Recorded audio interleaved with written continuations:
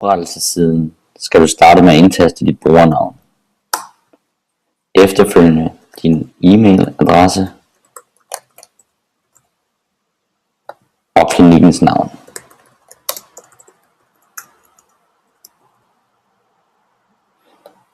Når du indtaster adressen, er det vigtigt, at du skriver et komma efter hvert ord. Eksempelvis Godthåbsvej, 22, 2000. Efterfølgende vælger du, hvilken kommune du ønsker at være i.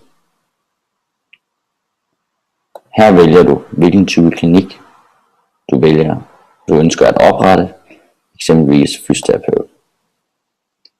Her kan du vælge dine specialer, eksempelvis idrætsfysioterapi, hjerte- og lungefysioterapi og andre. Under åbningstider vælger du fra mandag til fredag, eksempelvis fra klokken 8 til 17. Hvis I har lukket lørdag, søndag, anføres dette her.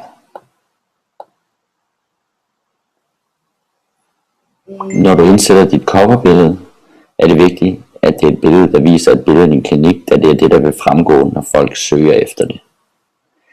Efterfølgende kan du vælge galleribilleder, som kan være relevante billeder af din fysioterapeutiske klinik.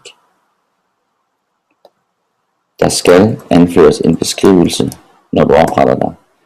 Det bør være relevante beskrivelser af din kliniks kompetencer, faciliteter med mere. Du kan vælge at anføre dit personale med et billede af denne. Dette er valgfrit. Til sidst kan du vælge at anføre din kliniks hjemmeside og et telefonnummer. Når du har udfyldt alle punkter, kan du få vist et udkast af, hvordan din klinik kommer til at se ud.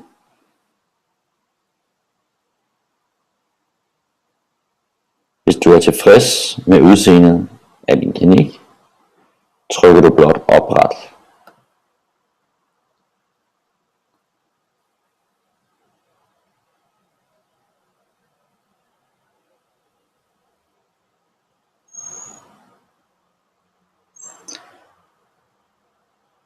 Nu er din klinik oprettet, og inden for 24 timer vil du få svar på, om den er blevet godkendt.